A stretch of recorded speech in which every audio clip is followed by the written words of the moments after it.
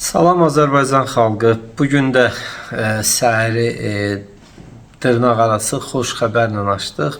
Bildiyiniz kimi Rəqəmsal İnkişaf və Nəqliyyat Nazirliyi gediş haqlarını, metro və avtobuslarda gediş haqlarını 20% artıraraq 50 qəpikdən 60 qəpiyə qaldırdı və bu hamı kimi təbii ki bizi də narazı salır. Çünki biz partiya olaraq, müxalifət partiyası olaraq xalqın səsini, sözünü çatdırmalıyıq, onların narazılığını ifadə etməliyik. Yəni ümumiyyətlə mən əvvəla qeyd edeyim ki, mən nazirliyin həmin o qiymət artımından bağlı bəyanatını və ya press release nə deyirsin onu oxudum və orada söz yığınından başqa bir şey görmədim. Heç bir iqtisadi əsaslandırma yox, heç bir şey yox.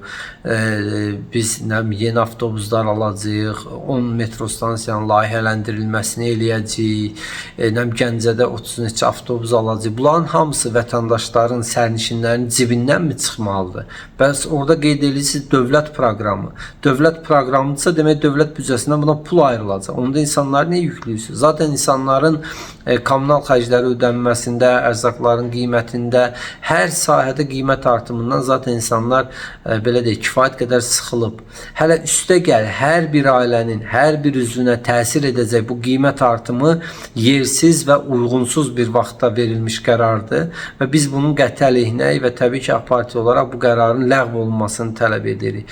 Bir tərəfdən Bakıda sıxlığın azaldılması, insanların ictimai nəqliyyatdan istifadəsinin artırılması və şəxsi avtomobillərin şəhərdən, yollardan yığışdırılmasından danışırsınız. Bir tərəfdən də qiymət qaldırırsınız. Avropanın bəzi ölkələrində ümumiyyətlə ictimai nəqliyyat pulsuzdur. Tək sən deyir şəxsi avtomobilini qoy evdə, gəl avtobusla və yaxud da metro ilə və yaxud da tramvay ilə pulsuz şəkildə istədiyin yerə hərəkət elə. Amma indi elektrik enerjisinin avtomobillərdə tətbiq olunduğu, yəni elektromobillərin çıxdığı bir dönəmdə benzinə, solyarkaya olan tələbatın azaldığı bir dönəmdə bu qiymət artımının nə ehtiyac var, nə izahı var? Yəni insanlar fikirləşin, bir ailədə 5 nəfər üzvü bir gün gedib gəlsə, fikirləşin nə qədər? 6 manata yaxın pul eləyir.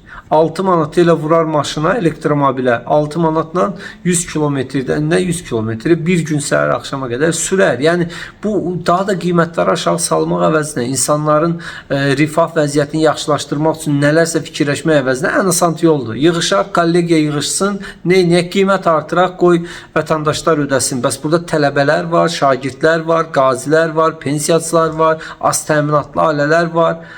Dünyanın hər yerindən bizə misal gətirirsiniz. Qiymət artımı olanda Fransa ilə, Britaniya ilə, Almaniya ilə, Amerika ilə müqayisə edirsiniz. Lap yaxşı. Oradakı keyfiyyət varmı burada? Oradakı minimum əmək haqqları burada varmı? Yəni hətta baxın, dünyanın ən bahalı ictimai nəqliyyatından istifadə edən yerlərdə belə tələbələrə, pensiyaçılara, az təminatlı ailələrə xüsusi güzəştlər tətbiq olunur. Azərbaycanda tələbəyə, şagirdə, pensiyaçıya, qaziyə, digərlərinə hanı güzəştlər? Nəyin qiymət artımıdır bu? Yəni hər dəfə kommunal qiymətlər qaldırılanda, qazın, suyun, işığın qiyməti qaldırılanda, avtobusun, metronun qiyməti qaldırılanda deyirlər keyfiyyət artırılacaq, yeni avtobuslar alınacaq, metro stansiyalar tikiləcək, işçilərin maaşları qaldırılacaq. Sual verirəm, bu qiymət artımından bəri, hansı ki əvvəl 40 qəpik, sonra 50 qəpik oldu, həmin o sürücülərin maaşında nə qədər artım olub? Metrodakı xidmət keyfiyyəti nə qədər artırılıb? İnsanlar metroya minə bilmir. İntervallar o qədər uzundur ki, artıq sərnişinləri metro stansiyanın çölündə saxlayırlar.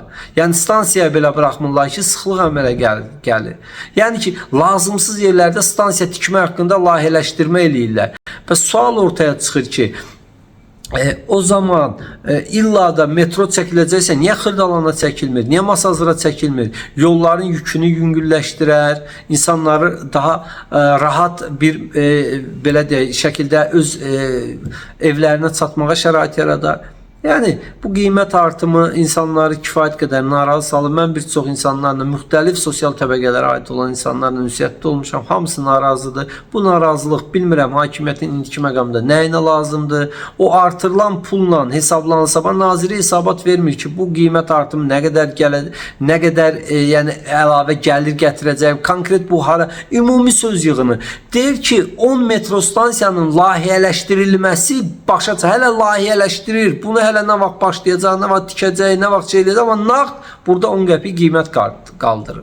Yəni bu əslində mən sizə deyim, bir ara xatırlayırsınızsa mediada 1 manat olacaq şayəsi yayıldı. Bax həmin o şayəni yayanlar da bunlar idi. İnsanların qulağını 1 manata öyrəşdirib qorxudurlar, sonra 60 qəpiyə deyirlər şükür eləyin.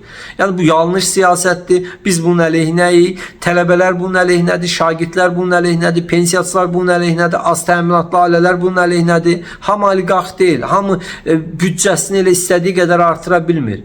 Yəni minimum əmək 400 manat verib, sonra cərimələri 100 manat, 200 manat, ictimai nəqliyyat 60 qəpik, 70 qəpik, 80 qəpik, nə bilim kommunalları qaldırmaqla nə olmur bu qiymətdə? Yəni mən bu məsələnin dərhal aidiyyatı qurumlar üzrə təftiş edilməsini və bu qərarın ləğv edilməsini tələb edirəm. Bir partiya rəhbəri kimi, müxalifət partiya rəhbəri kimi.